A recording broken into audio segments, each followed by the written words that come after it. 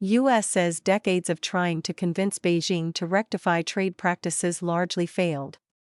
The United States has spent decades engaging with Beijing to address its harmful trade policies, but U.S. Trade Ambassador Jamieson Greer recently acknowledged that those efforts have largely fallen short.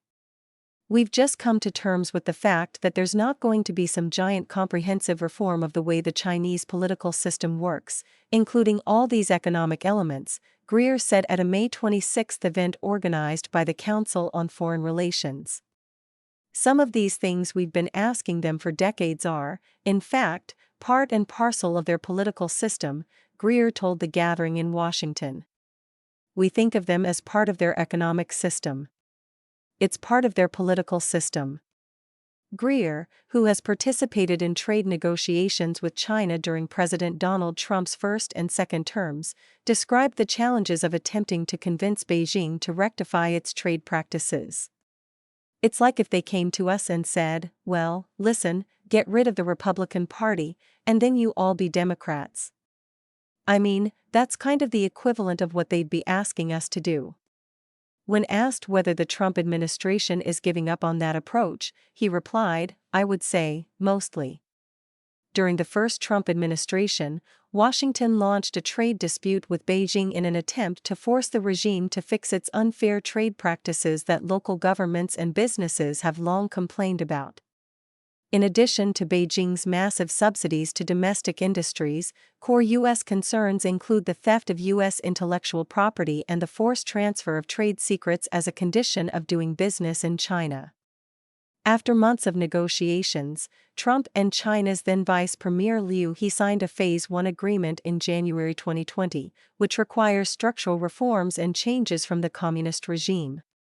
Greer, speaking at the recent event in Washington, revealed that the U.S. negotiators had sought a much broader deal that addressed the regime's industrial policies, an offer Beijing rejected.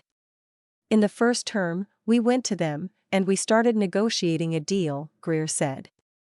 "There was a broader deal made that would have gotten at some of these things, industrial subsidies, etc. And it went all the way to the top in China, and it came back redlined in a way where it's very clear that they were not going to change some of these things." U.S. officials have long criticized Beijing for failing to live up to its commitment under the Phase 1 trade agreement, which also includes a 2-year purchase deal designed to narrow the substantial trade deficit.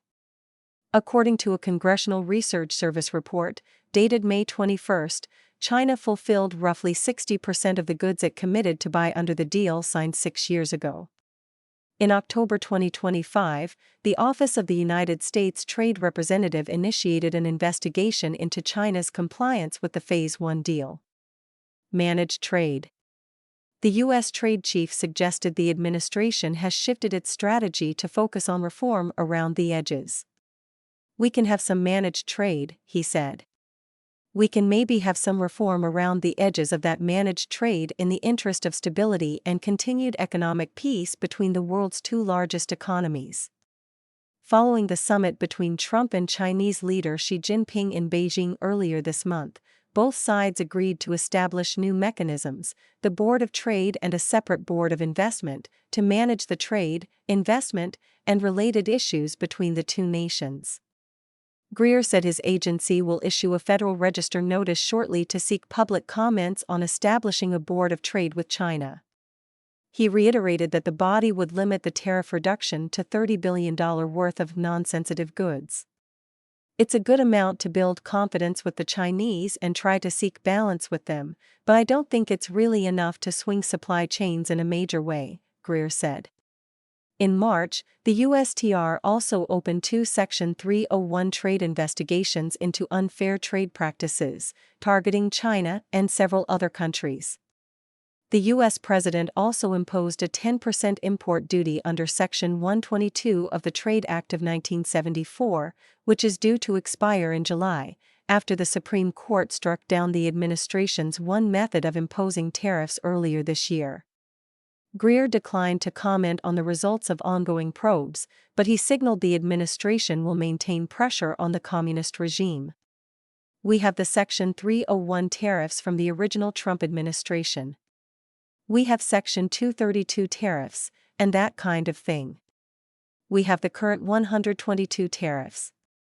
And, there could be more, depending on the outcomes of various investigations, he said. My sense is that there will always be a higher average tariff coming out of China, because that's part of the source of some of our largest problems when it comes to overcapacity in our trade deficits, and things like that. Greer's comments came amid mounting pressure on Beijing over its trade policies that have created industrial overcapacity and flooded its trading partners with subsidized products. The European Commission warned on May 28 that its trade relations with China are not sustainable and must change after a preliminary debate on the future of ties between Beijing and the 27-nation bloc.